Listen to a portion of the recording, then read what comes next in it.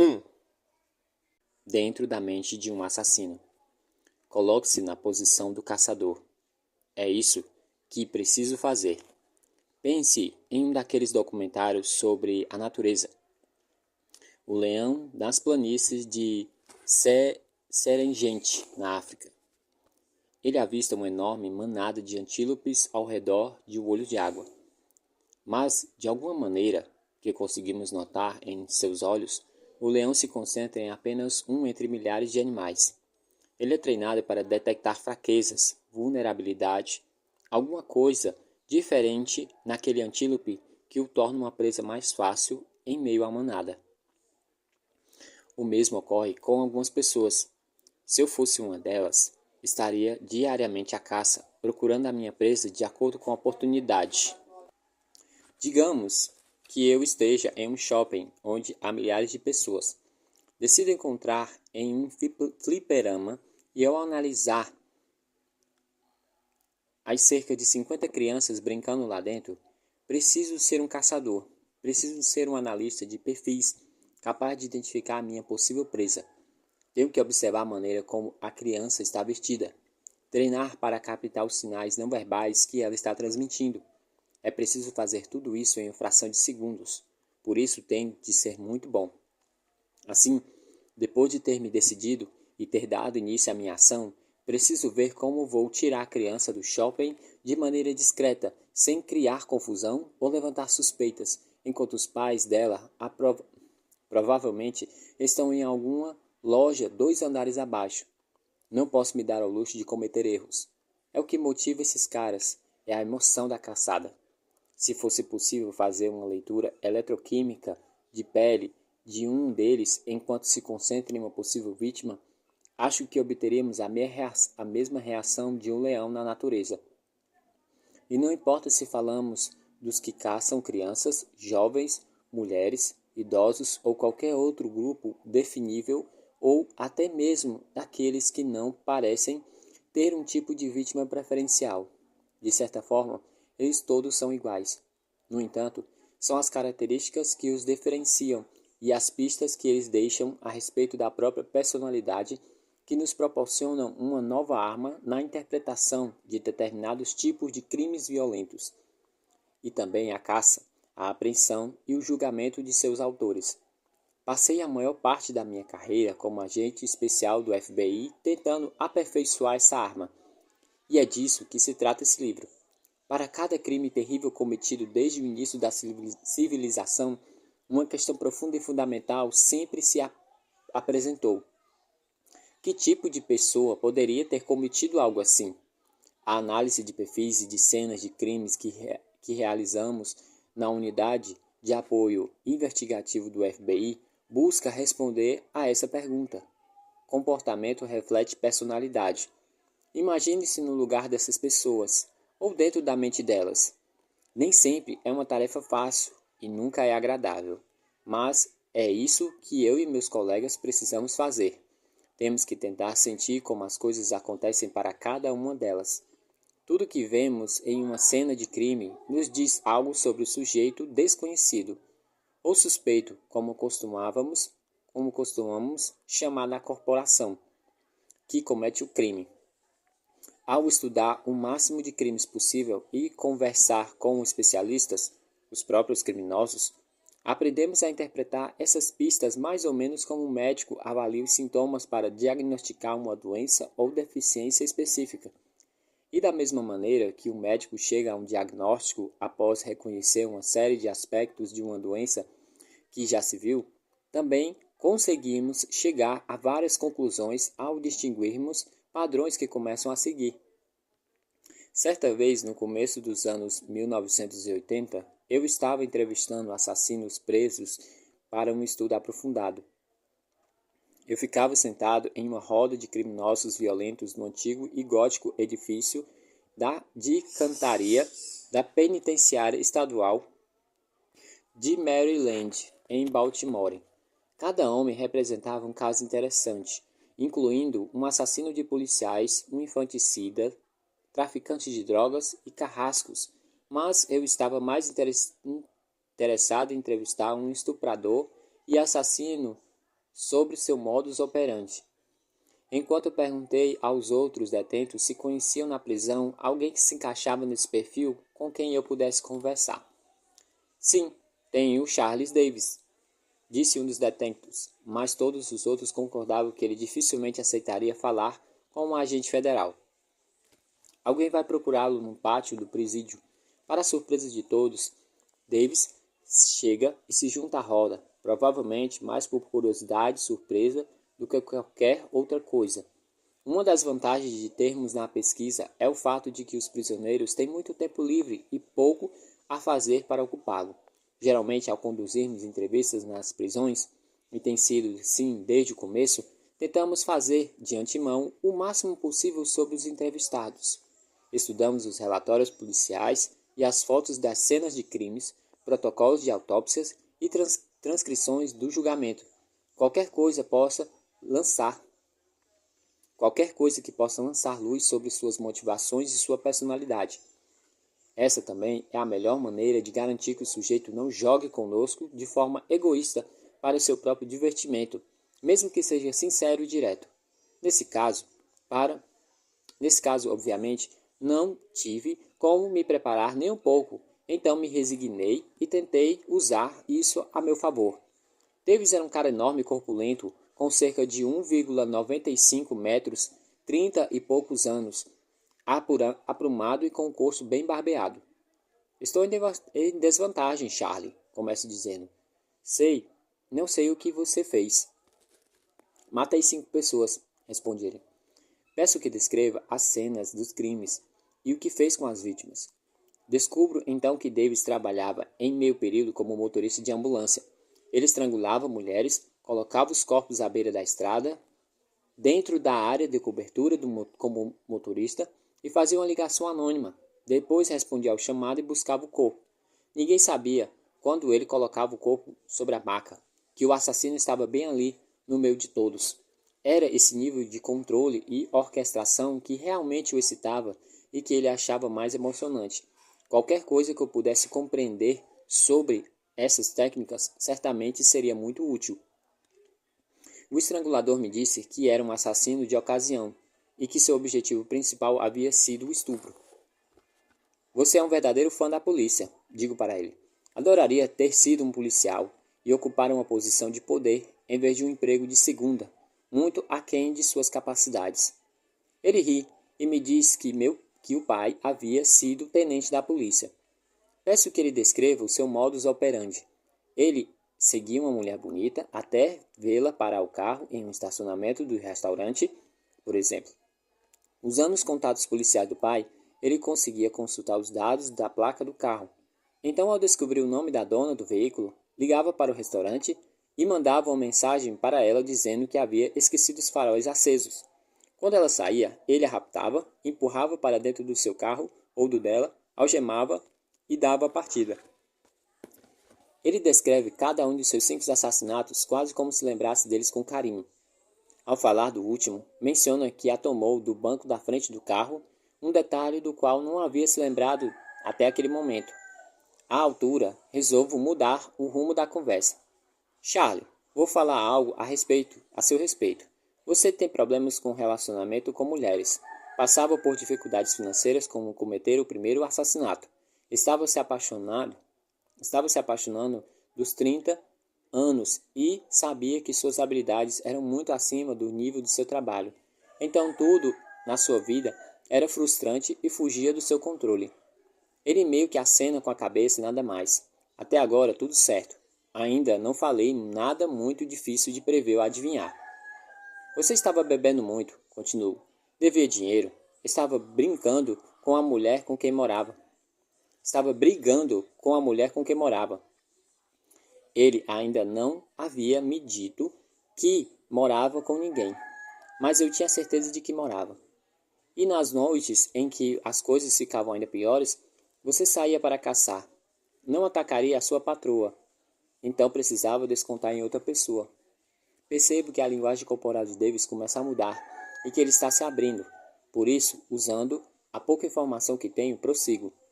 Mas essa última vítima foi um assassinato muito delicado. Ela era diferente das outras. Você permitiu que ela se vestisse depois de estuprá-la. Cobriu a cabeça dela. Não fez isso com as 4 anteriores, de uma forma que não ocorreu com as outras. Você não se sentiu bem em relação a ela. Quando eles começaram a escutar atentamente, você sabe que está no caminho certo.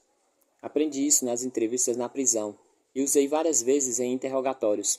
Percebo que tenho toda a atenção dele. Ela falou alguma coisa que fez com que você se sentisse mal em matá-la, mas a matou mesmo assim. De repente ele fica vermelho como um tomate. Parece ter entrado em estado de transe e percebo que na sua mente ele voltou à cena do crime. Excitante, revela que a mulher falava que o marido estava com problemas graves de saúde e que ela estava preocupada. Ele estava doente, talvez morrendo. Isso pode ou não ter sido um truque dela. Não há como saber, mas claramente afetou Davis. Só que eu não estava disfarçado.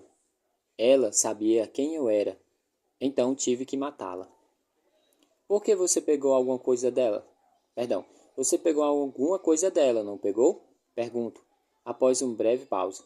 Ele novamente faz sim com a cabeça, depois admite que vasculhou a carteira da mulher, pegou uma foto dela com o marido e o filho na noite de Natal e aguardou. Eu nunca tinha visto esse sujeito, mas uma imagem muito clara dele começava a se formar na minha mente. Então digo, você visitou o túmulo dela, não é, Charlie? Ele fica ainda mais vermelho, o que confirma que acompanhou a cobertura da imprensa sobre o caso para saber onde a vítima seria enterrada. Você foi lá porque não se sentia bem em relação a essa morte em particular, e você levou algo para o cemitério e colocou no túmulo dela. Os outros presidiários estão em completo silêncio, ouvindo com atenção total. Nunca viram Davis dessa maneira. Você levou algo para o túmulo, repito. O que você levou, Charlie? A foto, não foi? Ele assente uma vez, depois baixa a cabeça. Não foi exatamente o tipo de bruxaria ou truque de mágica, como pode ter parecido para os outros prisioneiros. É claro que eu estava especulando. Nas minhas suposições foram baseadas em muitos anos de experiência e pesquisa e que eu e meus colegas havíamos acumulado e continuávamos a acumular. Descobrimos, por exemplo, que o velho clichê de que os assassinos visitam os túmulos de suas vítimas muitas vezes eram mesmo verdade, mas não necessariamente pelos motivos que acreditávamos. O comportamento reflete a personalidade. Um dos motivos pelos quais nosso trabalho é necessário tem a ver Um dos motivos pelos quais nosso trabalho é necessário ter a ver com a natureza mutável dos nossos próprios crimes violentos.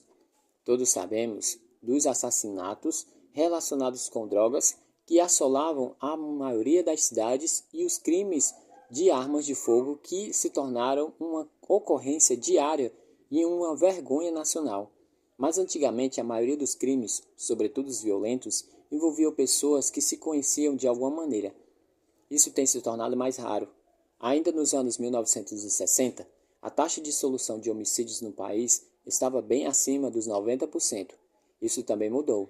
Hoje, apesar dos impressionantes avanços científicos e tecnológicos, do surgimento da era computador e de um número muito maior de policiais com treinamentos e equipamentos bem melhores e mais sofisticados, a taxa de crimes tem subido e a solução diminuído. Cada vez mais crimes têm sido cometidos contra estranhos e muitas vezes não temos nenhuma motivação da qual trabalhar ou pelo menos nenhuma motivação óbvia ou lógica. Em geral, a maioria dos assassinatos e crimes violentos era de compreensão relativamente fácil por agentes da lei. Eles resultavam de manifestações criticamente exageradas de emoções comuns a todos nós: raiva, ganância, ciúme, proveito, vingança. Uma vez que esse problema emocional se resolvia, o crime ou frenesi de crimes se encerrava. Alguém estava morto, mas o assunto tinha se encerrado e a polícia costumava saber quem e o que deveria procurar. No entanto, um novo tipo de criminoso violento emergiu recentemente: o criminoso em série, que não costumava parar até ser capturado ou morto, que aprende com a experiência e costuma se tornar cada vez melhor no que faz, aperfeiçoando constantemente o seu cenário a cada crime cometido. Digo emergiu porque, de certa maneira, ele provavelmente sempre esteve entre nós, desde muito antes de Londres vitoriana de Jack o Estripador, que costumava ser considerado o primeiro assassino em série. E digo ele porque, por motivos que abandonarei depois, praticamente todos os assassinos em série são homens. A verdade é que esse tipo de assassino pode ser um fenômeno muito mais antigo do que imaginamos. As histórias e lendas que chegaram até nós sobre bruxas, lobisomens e vampiros podem ter sido maneiras de explicar ultrajes tão horríveis que ninguém em um pequeno e coeso vilarejo da Europa ou dos primórdios da América eram capazes de compreender. Perversidades que perversidades que hoje nos parecem tão comuns. Monstros precisam ser criaturas sobrenaturais. Eles não podem ser exatamente como nós. Assassinos e estupradores em séries também costumavam ser os criminosos violentos mais desconcertantes, perturbadores e difíceis de capturar.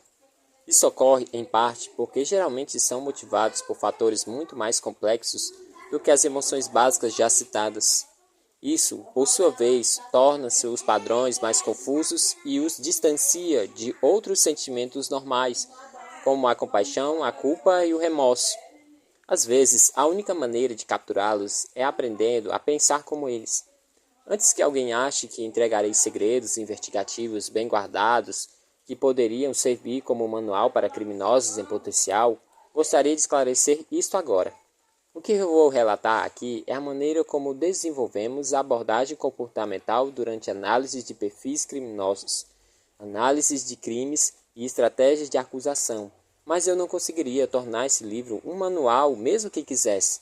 Primeiramente, demoramos até 2 anos para treinar agentes já experientes e muito bem-sucedidos que são selecionados para nossa unidade. Além disso, não importa o que um criminoso acredita saber.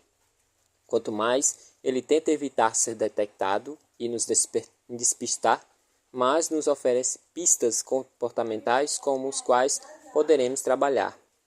Como escreveu o Sr. Arthur Conan Doyle há muitas décadas através de uma fala de Sherlock Holmes, a singularidade é sempre uma pista. Quanto mais inexpressivos e banais são os crimes, mais difíceis é solucioná-lo. Ou seja, quanto melhor identificarmos o comportamento, mais completo será o perfil e a análise que poderemos entregar para a polícia local. Quanto mais detalhado for o perfil que a polícia tiver para trabalhar, mais ela conseguirá se conectar em encontrar o cara certo. Isso me leva a outro esclarecimento sobre nosso trabalho. Na unidade de apoio investigativo que integra o Centro Nacional de Análise de Crimes Violentos do FBI em Quantico, não capturamos criminosos. É bom repetir isso. Nós não capturamos criminosos. A polícia local captura criminosos e, considerando a imensa pressão a qual é submetida, faz um trabalho excelente. O qual procuramos fazer é oferecer assistência, dando foco às investigações e depois sugerir técnicas proativas que possam ajudar a revelar o criminoso. Uma vez que o tenham capturado, e mais uma vez, enfatizo que eles são, não nós, tentamos formular uma estratégia para ajudar o promotor a extrair a verdadeira personalidade do réu durante o julgamento. Conseguimos fazer isso por conta da nossa pesquisa e do nosso treinamento especializado. Enquanto o Departamento de Polícia Local do meio-oeste do país, com uma investigação de assassinato em série nas mãos, pode estar vendo esse tipo de caso pela primeira vez, minha unidade provavelmente já lidou com centenas ou milhares de crimes parecidos. Sempre digo aos meus agentes, se quiser entender o artista, é preciso estudar pintura. Se já estudamos muitas pinturas ao longo dos anos e conversamos extensamente com a maioria dos artistas mais talentosos. Começamos a desenvolver metodicamente o trabalho da Unidade de Ciência Comportamental do FBI, que mais tarde passaria a se chamar de Unidade de Apoio Investigativo, no fim dos anos 1970 e no início dos 1980. E muito embora a maioria dos livros que dramatizem e glorifiquem nosso trabalho, como o memorável O Silêncio dos Inocentes, de Thomas Harris seja um tanto fantasiosa e propensa a uma licença poética, nossos antecedentes realmente provêm mais da literatura policial do que dos casos de fato. C. August Dupin, o herói e detetive amado do clássico escrito por Edgar Allan Poe em 1841, Os Assassinatos na Rua Morgue, pode ter sido o primeiro psicólogo criminal.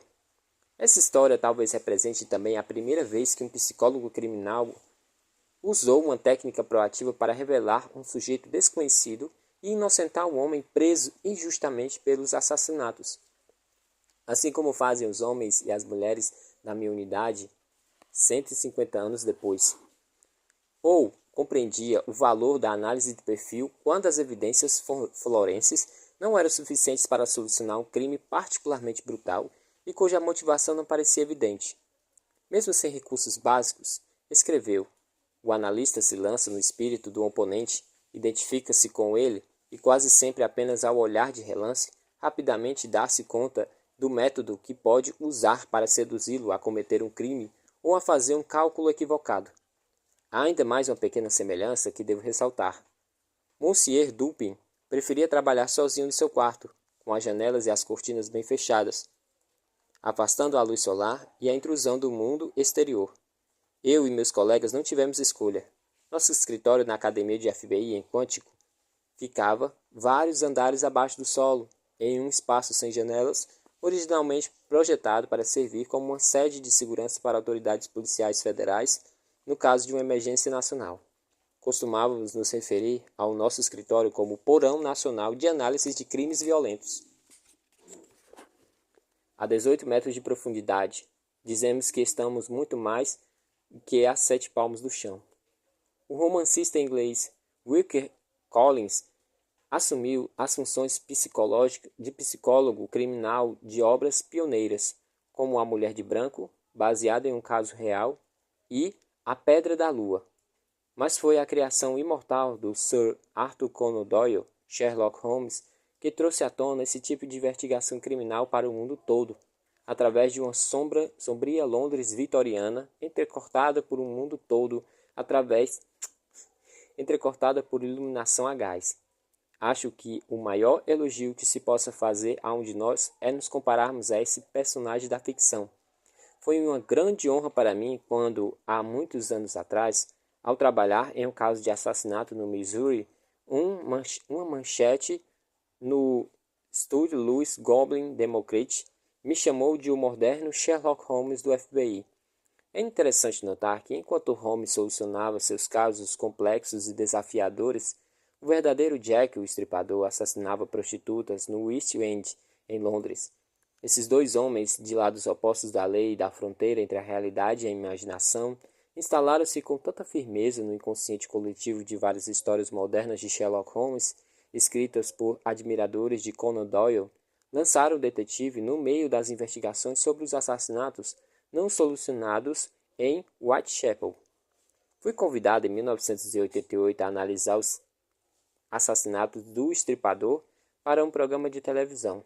Vou relatar minhas conclusões sobre esse sujeito historicamente famoso mais adiante. Demorou mais de um século após a Rua Morgue de Poe e meio século após Sherlock Holmes para que a análise de perfis comportamentais saltasse das páginas de literatura para o mundo real. Em meados da década de 1950, a cidade de Nova York estava abalada pelas explosões do bombardeio maluco,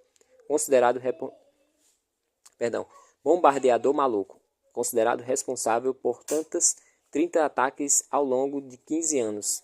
Ele se voltou contra cartões postais da cidade, como as estações do Grand Central e Pensilvânia, e a cidade dos espetáculos, Radio City Music Hall. Eu me lembro muito bem desse caso, porque passei a infância no Brooklyn. Sem saber mais o que fazer, em 1957, a polícia recorreu a um psiquiatra do Greenwich Village, o Dr. James A. Brussel, que estudou fotos das cenas de explosões e analisou cuidadosamente as cartas irônicas que o bombardeador maluco enviara. enviara para os jornais. Ele foi capaz de tirar uma quantidade considerável de conclusões detalhadas a partir do padrão geral de comportamento que identificou, incluindo o fato de o criminoso ser um paranoico que odiava o pai, amava a mãe de maneira obsessiva e vinha de cidade pequena, de Connecticut. Ao final, seu perfil escrito, Brussel instruiu a polícia.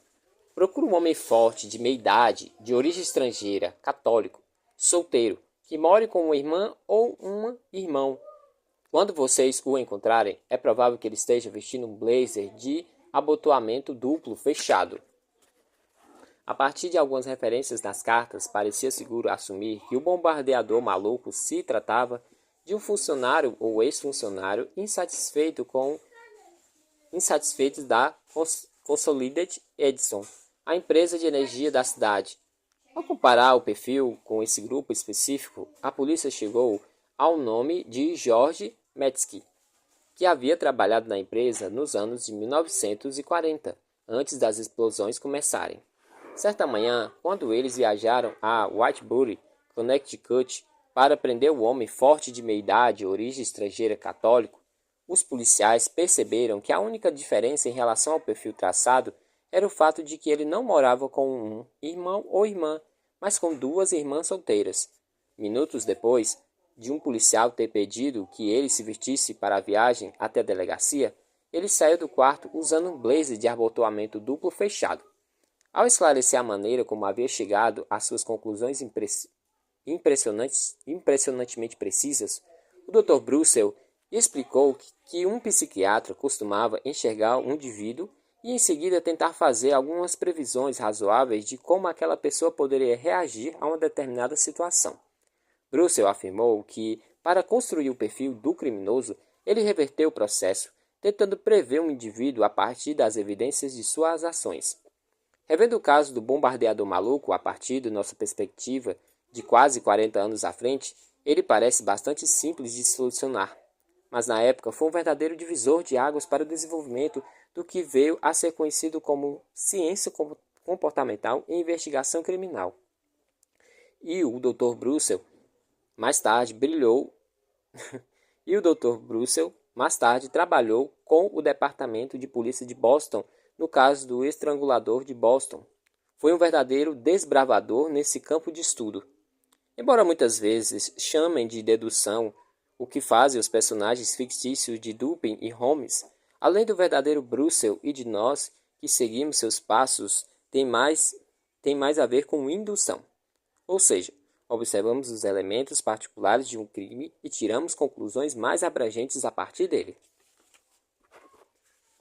Quando cheguei em Quantico, em 1977, instrutores da unidade de ciência comportamental, como o pioneiro Harvey Tint, estavam tentando aplicar as ideias do Dr. Brussel a casos que eram apresentados a ele durante as aulas na Academia Nacional por profissionais da polícia.